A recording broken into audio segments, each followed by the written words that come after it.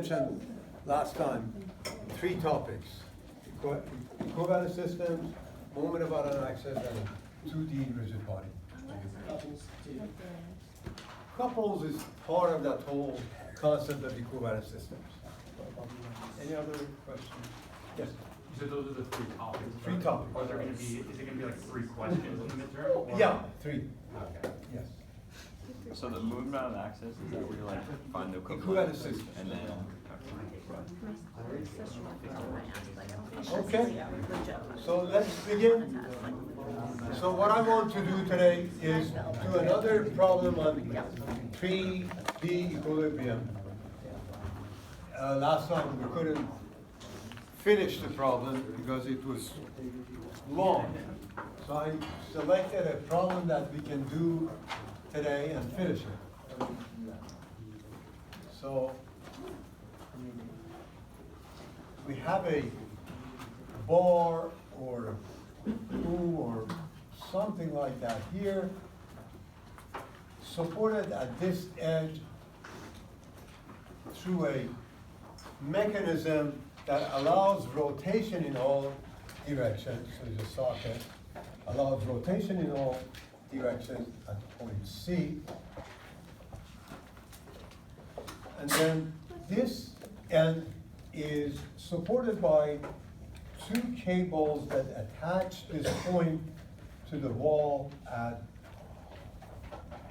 these points. Okay.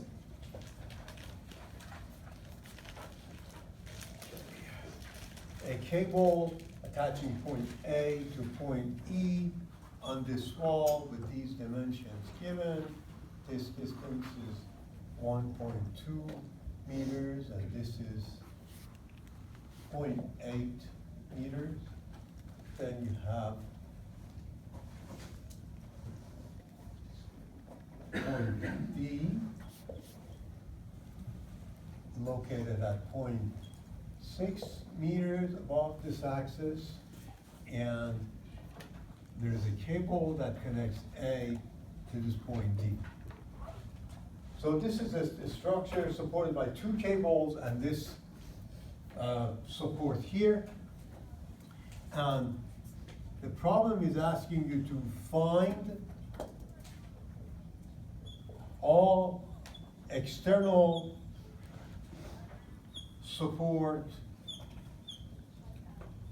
forces, or those forces that are holding externally are holding this structure in place to be in equilibrium. There's also a load of 3.6 kilonewton applied here, and these added this in the middle of this beam. So this is given as 1.2 meters here, 1.2 meters here. Okay. So that's the problem. Any question? what's the one from y-axis to D? From y-axis to D? Yeah. You mean this? Yeah, the length. This is, oh, this length? Oh, this is 0.8 also. Okay, there you go. So step 1 in 3D is always given. X, Y, Z coordinate axes, given. Step 2 is to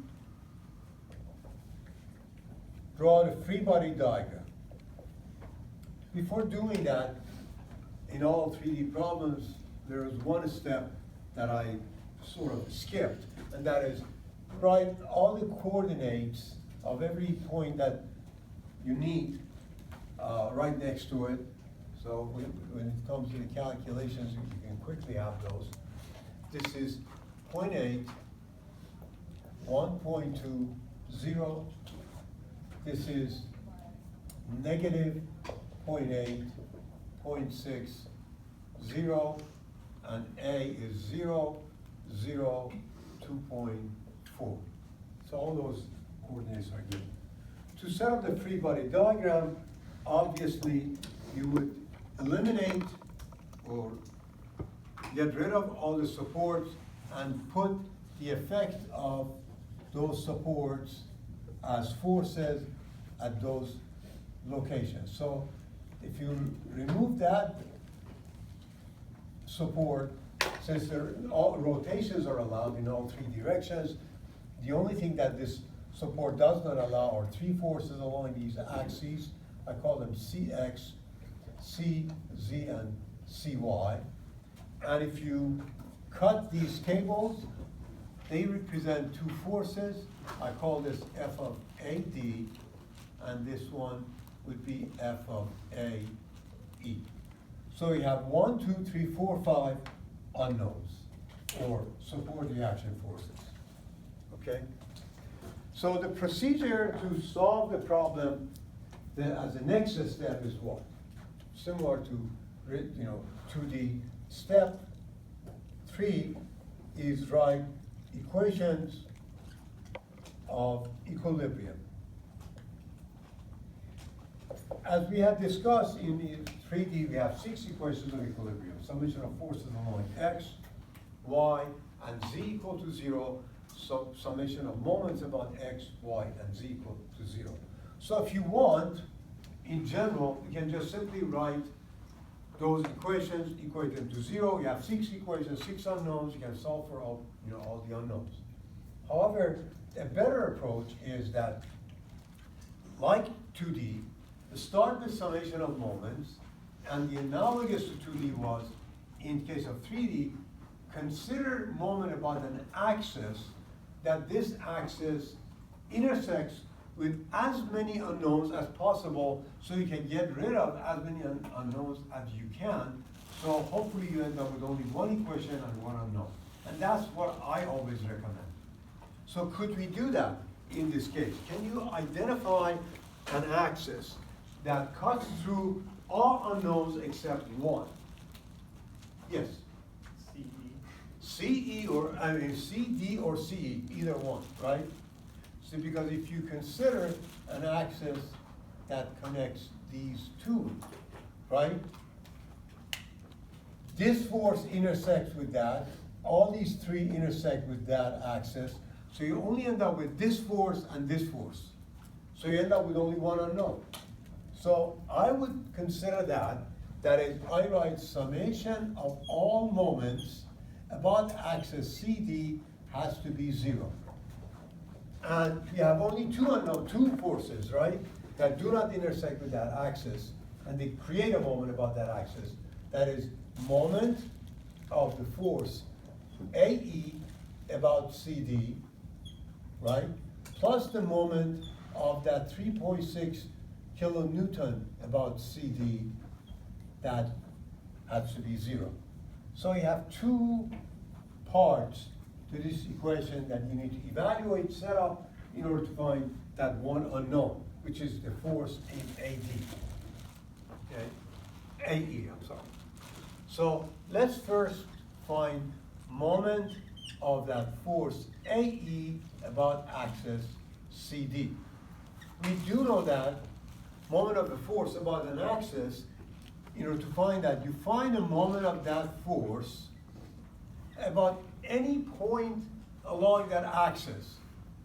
You have 2 points with a given coordinates, so I can take the moment of this force about here or here. This is easier because the coordinates are all 0, and in order to take the moment about that point, you need a position vector to connect that to any point along this force.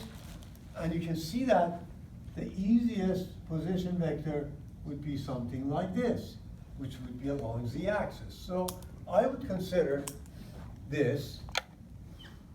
Then you need to find the dot product of that and the unit vector of the axis. So this moment itself then would be CA cross the force AE times the unit vector. So there are 3 parts to this that you need to evaluate. First, you need to write the equation for F of AE. You need that. That would be the magnitude of FAE, which you do not have, times the unit vector of AE. What is the unit vector of AE? Tip minus tail.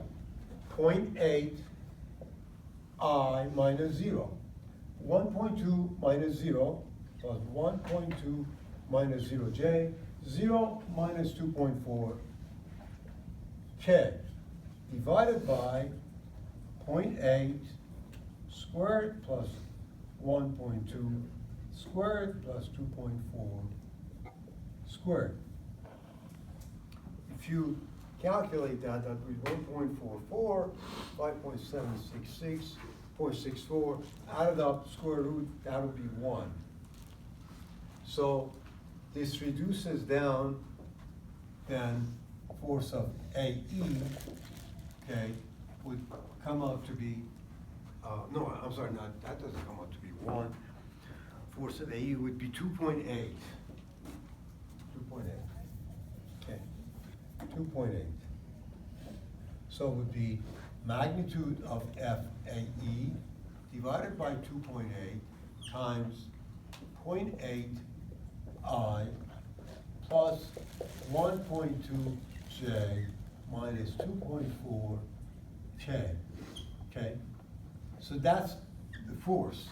Position vector CA is simply 2.4 along Z. Okay? So moment of this force, moment of FAE about point C would be this determinant, I, J, K, position vector 0, 0, 2.4. This would be the force, that is F of AE divided by 2.8. We have 0.8, 1.2, negative 2.4. If you expand this, you get F of AE divided by 2.8 times negative 1.2 times 2.4 I. For J, you have 0 minus 0.8, 0.8 times 2.4 J. For K would be 0. So this is the moment of that force about point C. Now you need to find the unit vector of CD and then find the dot product of this vector and that unit vector. What is unit vector of CD? CD would be coordinates of D are negative 0.8 minus 0, so negative 0.8 I, 0.6 minus 0 plus 0.6 J, then 0 minus 0 divided by 0.8 squared plus 0.6 square root of that. This would be 1. So U of CD would be negative 0.8 I plus 0.6 J. Okay? So you need to find the dot product of this and that, which means multiply I coordinates plus product of J coordinates, components, plus product of K components. So let's do that. So the outcome, which is 1 that you're looking for, 1 would be negative 0.8 times this, which is F of AE, divided by 2.8 times negative 1.2 times 2.4. This is the I coordinate product. Could somebody give me this? 2.88 actually. That 1.2 is 1.44 would times 2 would be 2.88. Okay. All right.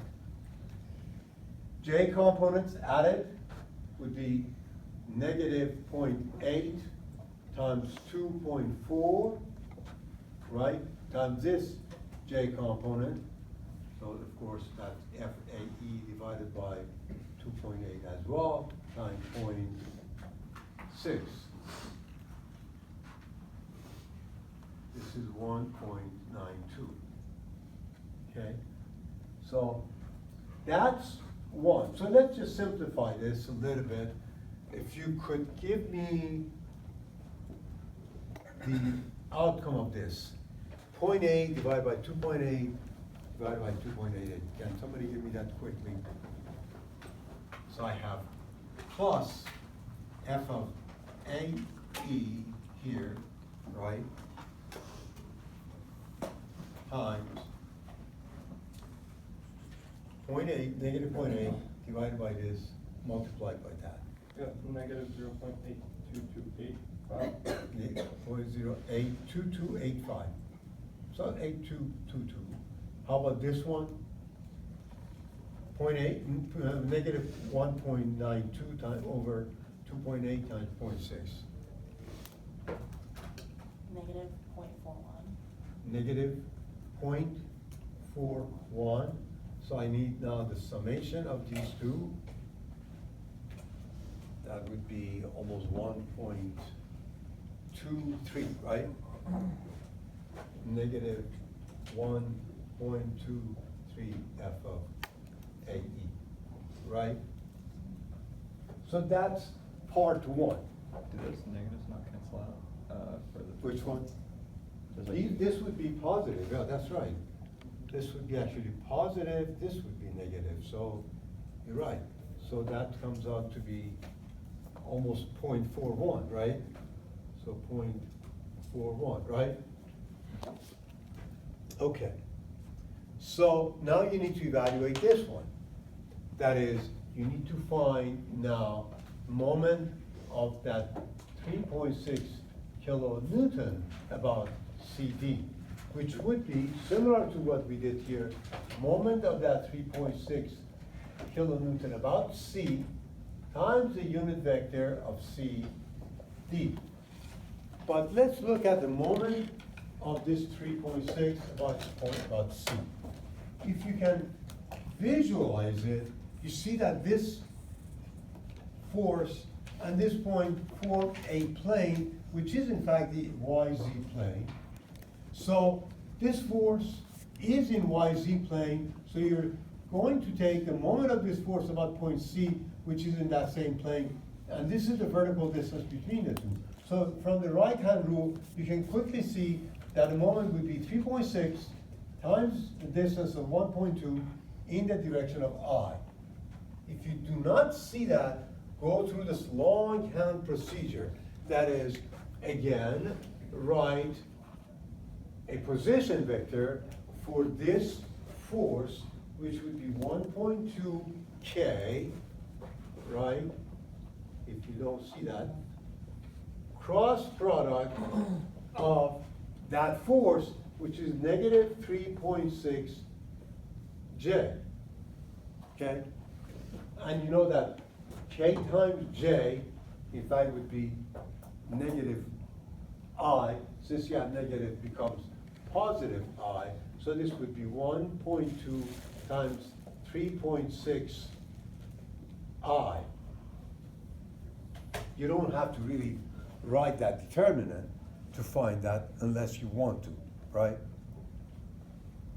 In other words, if you want to really make it a long hand solution, would be this, 0, negative 3.6, 0, which you see that would be the result, okay? Okay, so now you need to find the dot product of this and this unit vector that you had again from before, 0.8 I plus 0.6 J.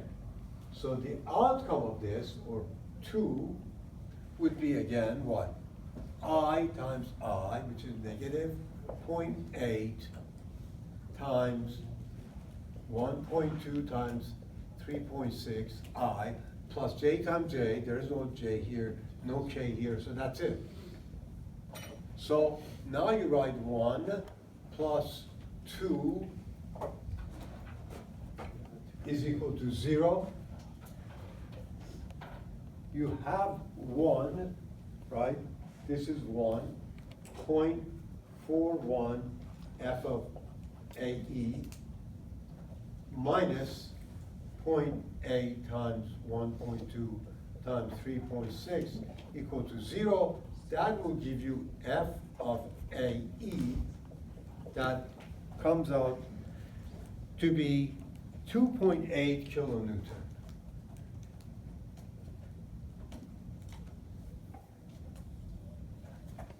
Okay.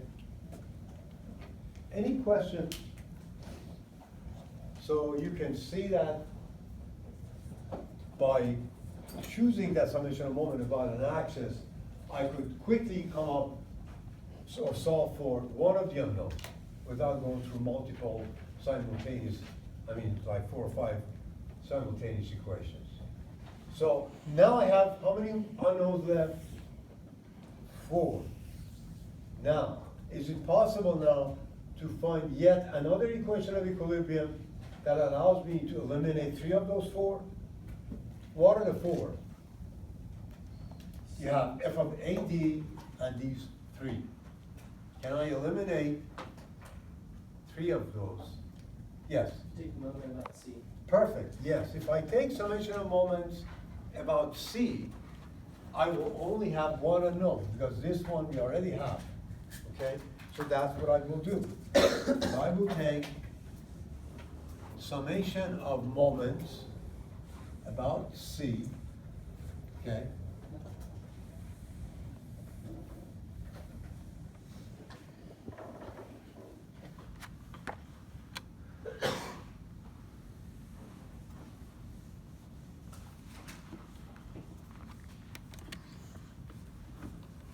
So if I take summation of moments about C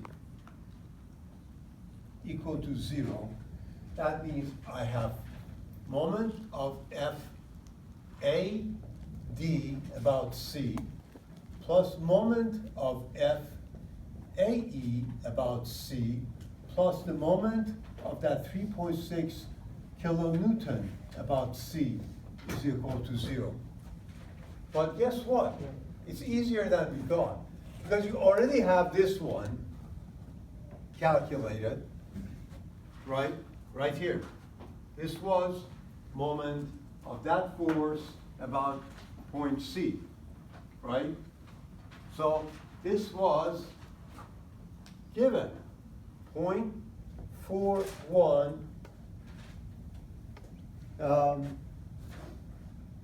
No, actually, that one was the dot product of that. You have the moment of force AE about C that I have erased, unfortunately.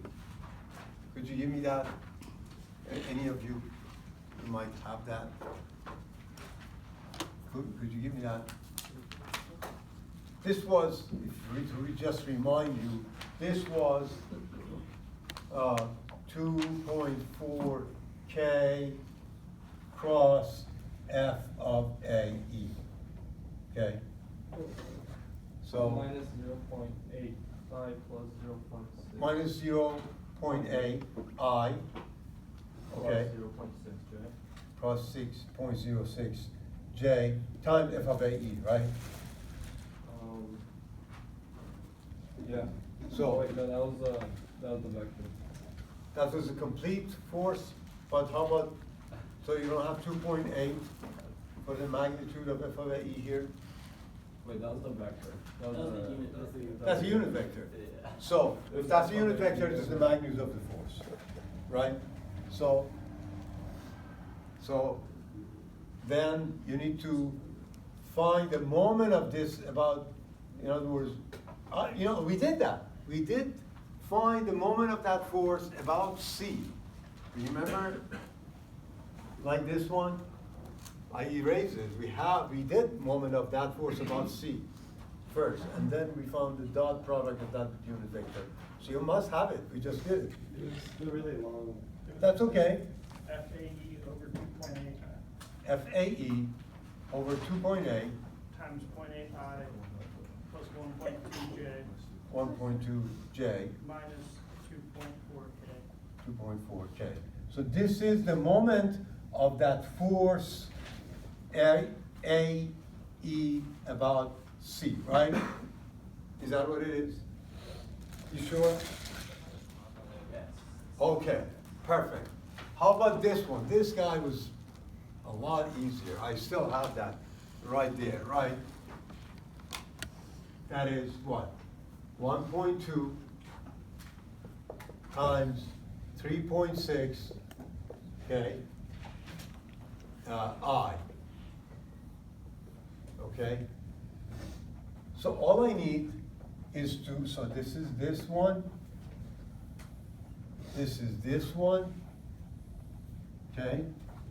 And I would also substitute for, if I put 2.8, FAE was 2.8, so divided by 2.8 becomes 1. So it's only this. So all I need to find now is the moment of the force AD about point C. Okay?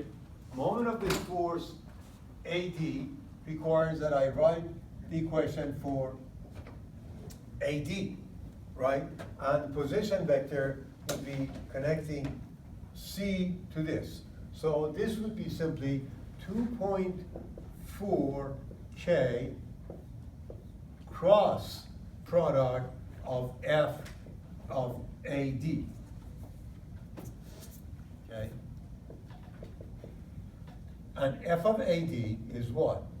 Is the magnitude of F of AD times the unit vector of this direction, which is negative 0.8 I plus 0.6 minus 0, J, 0 minus 2.4, K, divided by 0.8 squared plus 0.6 squared plus 2.4 squared square root of that. And that one, we found out that was 2.6. This is 2.6. So this moment of FAD about C would be what? I, J, K, position vector 0, 0, 2.4. Force itself is F of AD divided by 2.6, right? At negative 0.8, 0.6, negative 2.4. So let's expand that in order to find the moment of that force about point C. Okay? So if you do that, you have, for I, you have negative 0.6, 0.6 times 2.4 divided by 2.6 FAEAD I. For J, you have 0 plus, so it would be negative 0.8 times 2.4, okay, divided by 2.6 FAD J, and for K is 0. So this is the moment of FAD about C. So if I label these, okay, 1, 2, 3, some of the moments that you have to equate that to 0, this is 1, okay, and this is 2, and this is 3. So let's add them up and equate them to 0, which means what? If you do that, that means x, all the coefficients of I have to be 0, J has to be 0, and K has to be 0. So let's just start with I. For I, you have 0.8 from here. Here you have plus 1.2 times 3.6 minus 0.6 times 2.4 divided out of 2.6 F of AD equal to 0. If you solve for that, you get F of AD is equal to, comes out to be 0.93 times force of AE, or AE, okay. AE is 2.8, AD comes out to be 2.6.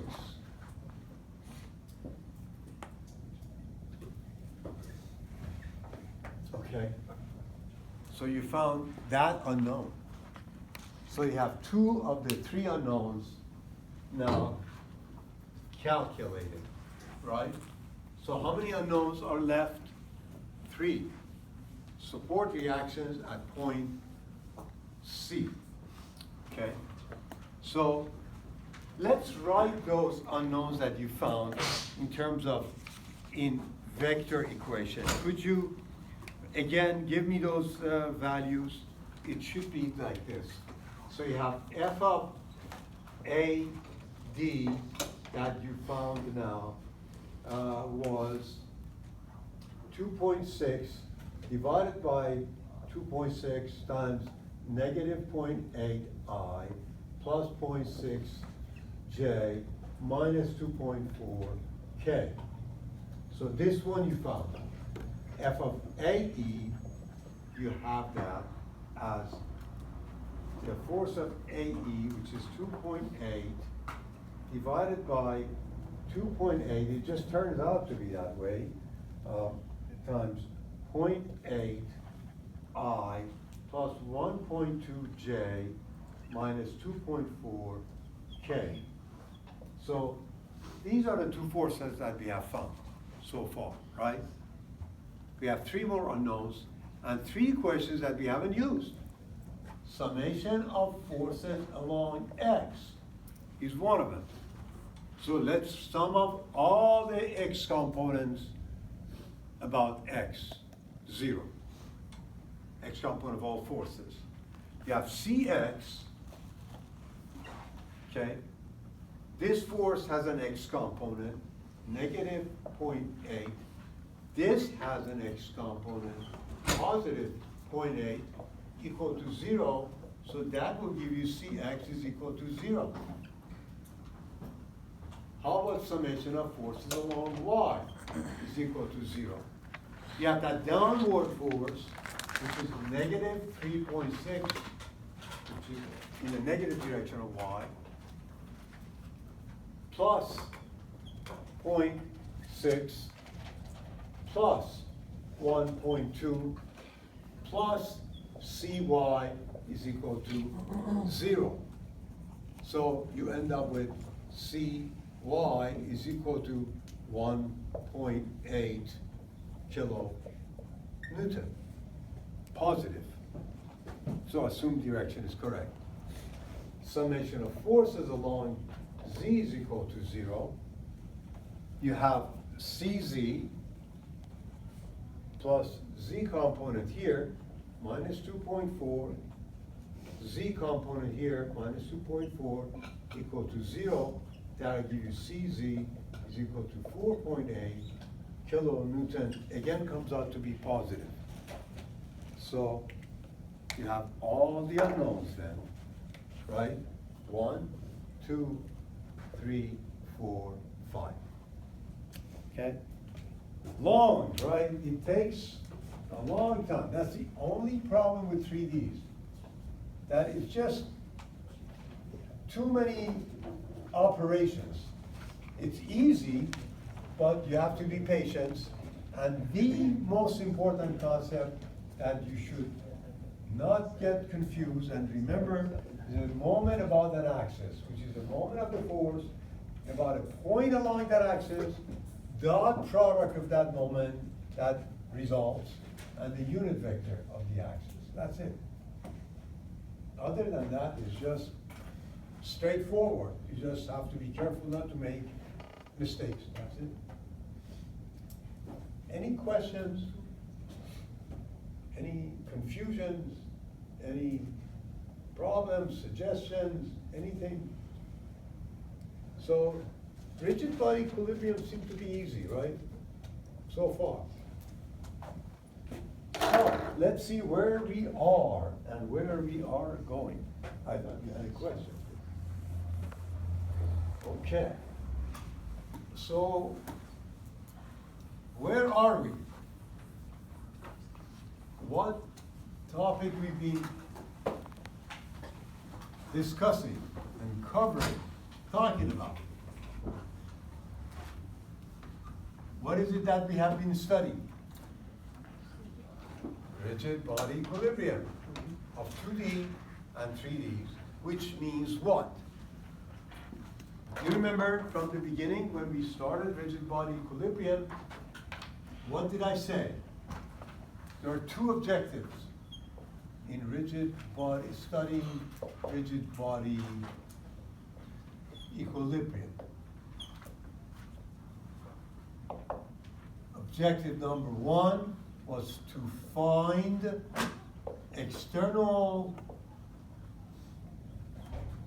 reaction or support forces, right?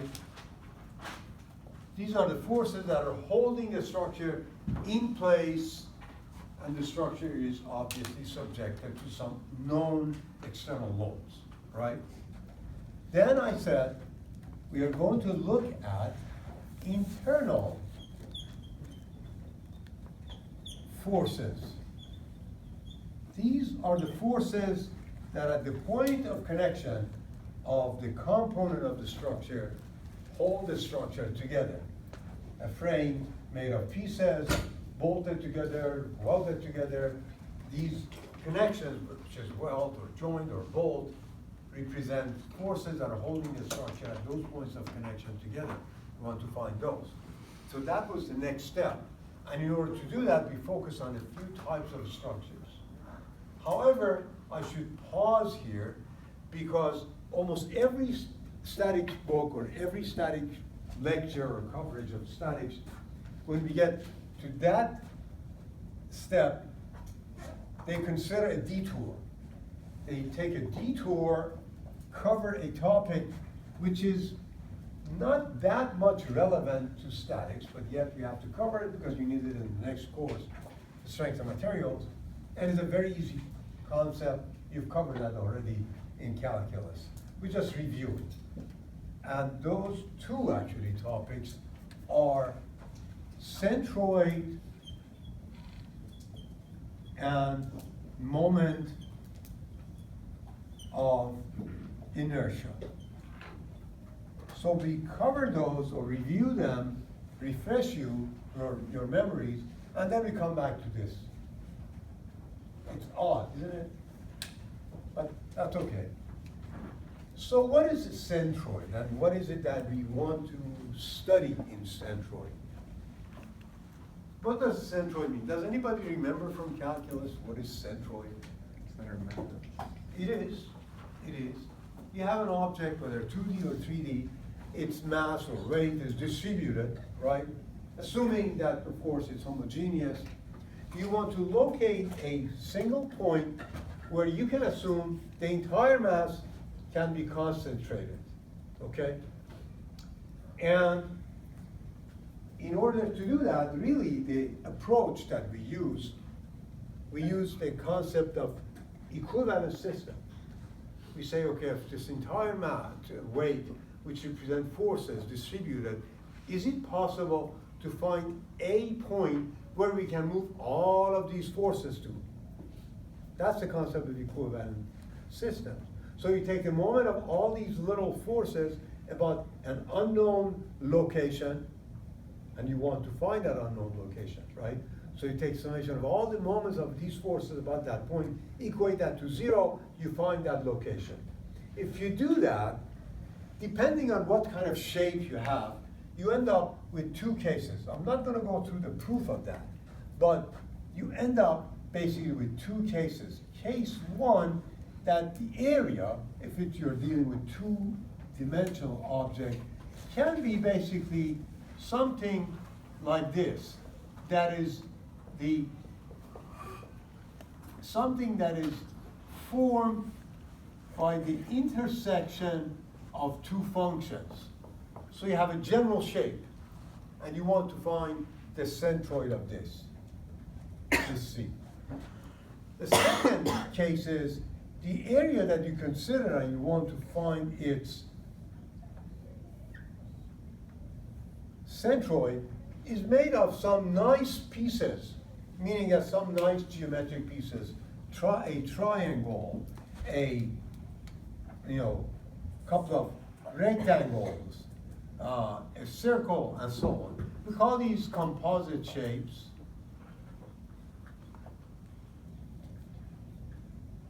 Or composite areas. These are general areas. So we will look at both cases. The concept, as I said, is the concept approach to locate this point is based on equivalent systems. So how do we do that? Let's consider the first case.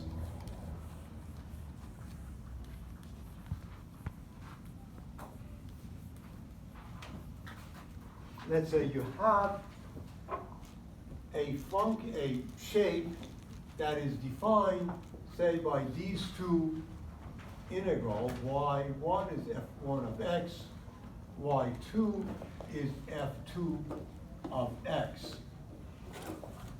And you want to find the distance of this point that you want to find with respect to y-axis. We call that x bar, and the distance from the x-axis, we call that y bar. This is how we do it for x bar. For x bar, let's consider this. If you consider that this shape is made of infinite number of areas like this, that we call them dA, whose width is dx, because we've selected this at a general point, x. The area of this differential area would be what? This height is what? y2, and this is y1. y2 is f2 of x, or a function of x, and this is f1 of x, okay? So in order to find x bar, using that concept of equivalent system, if you do that, you see that you end up with x times dA divided by the integral dA, integrated from here all the way to here. For y bar, you end up with something like this.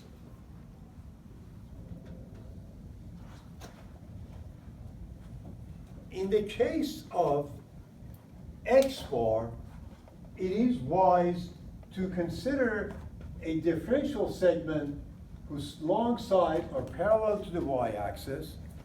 In the case of finding y bar, it is wise to consider a differential segment whose long sides are parallel to the x-axis.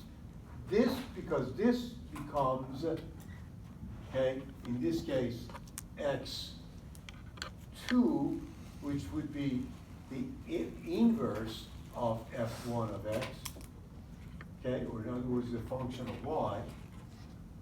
And this distance, okay, would be x1, which would be an f1 of y, okay? So you can easily evaluate delta dA and substitute it in this. So I'm going to do a few problems. First, for this case, some numerical problems or general mathematical problem to demonstrate how you do that, which is very easy. Yes? What are the limits of integration? Limits of integration is where the area starts and ends, okay, for x, and for y the same, here and here. So let's quickly, well, I don't think we have the time to solve that, but I'm going to spend, of course, 2 classes focusing on this topic. But let's set up a simple example, at least to set this up, and we'll finish it next time. But it's at least to set it up to show you how this can be done, okay? And we'll definitely do more problems next time.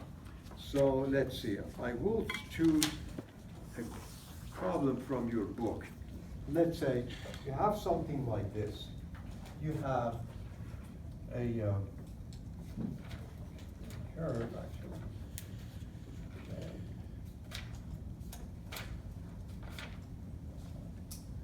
Okay, let's say I'm going to look at problem 536. Let's say you have a shape or an area that is generated through the intersection of a function y kx2 and y is equal to mx. This is x, this is y.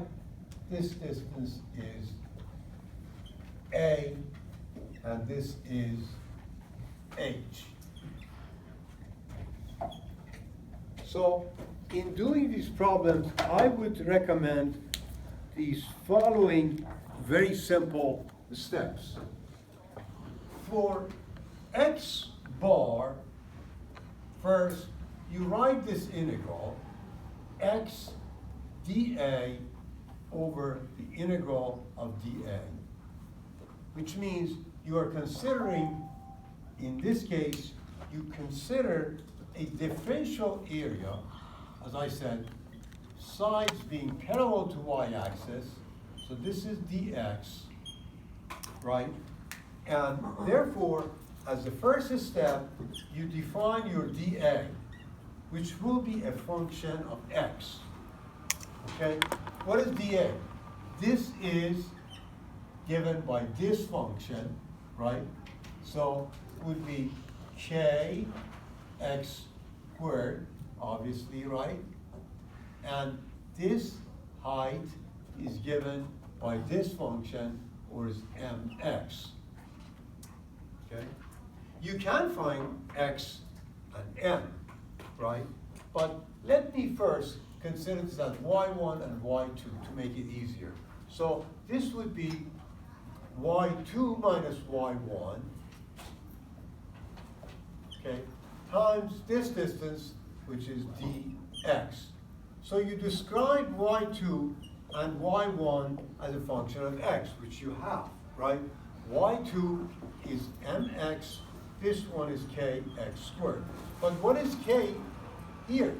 You have these, you substitute in that function, you can find k. So let me stop here. I will do this problem and more problems of this type and continue the discussion.